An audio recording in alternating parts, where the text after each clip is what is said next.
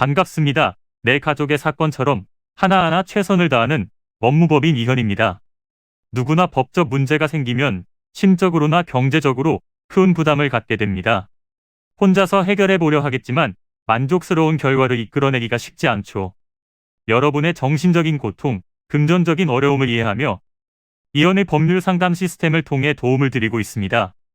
의뢰인의 문제는 하나의 사건이 아니라 한 사람의 삶이라는 마음으로 면밀하게 분석하여 해결의 실마리를 찾아드리겠습니다. 자, 그럼 오늘의 주제인 권리금 회수 방해에 대하여 함께 알아볼까요? 권리금은 세입자가 자기 가게를 열심히 일궈놓은 것에 대한 대가라고 볼 수 있습니다. 가령 음식점을 한다고 하면 건물 위치가 좋은 것도 중요하지만 음식 맛이나 서비스 등 여러 요소가 어우러져 사업의 성패를 좌우할 것입니다.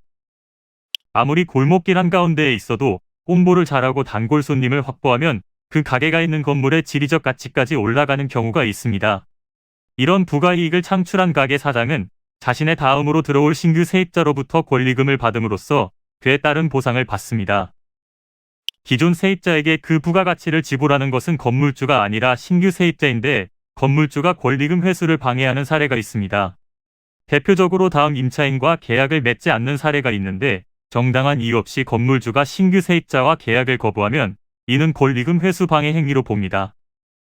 다음으로 중간에서 금액을 가로채는 방법이 있습니다. 신규 세입자가 기존 세입자에게 줄 권리금을 건물주가 자신에게 달라고 하면 그 역시 손해배상 책임이 발생할 수 있습니다. 만약 임대인이 정당한 사유 없이 권리금 회수를 방해한다면 임대인에게 손해배상 청구를 할 수 있는데요. 배상액은 신규 임차인이 기존 임차인에게 지급하기로 한 권리금과 임대차 종료 당시의 권리금 중 낮은 금액을 넘지 못하도록 규정되어 있습니다. 따라서 권리금 계약서, 감정평가, 국토교통부의 권리금 평가 기준 고시 내용들을 확인해 보신 후 적당한 손해배상액을 청구해서 지급받을 수 있도록 준비해야 합니다.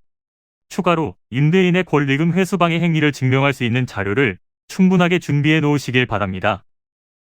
또한 손해배상을 청구할 수 있는 권리는 임대차가 종료한 날로부터 3년 이내로 소멸시효가 규정되어 있으므로 그 기간이 지나지 않게 신속하게 진행하는 것이 좋습니다. 이는 간단히 분석될 문제가 아닌 경우들이 대부분이므로 꼭 법률적인 상담을 받아보는 것이 현명하다고 볼 수 있습니다. 그리고 가능한 한 긴 싸움이 되지 않도록 최대한 빠르게 조치를 취하는 것이 좋습니다. 미루면 미룰수록 사건에 대한 난이도가 높아질 수도 있기 때문이지요. 가벼운 병도 방치를 하면 상당히 무거운 병이 되듯이 이 또한 역시 사전에 바로잡으셔야만 간단한 조치로도 해결할 수 있는 가능성이 높아지는 것입니다.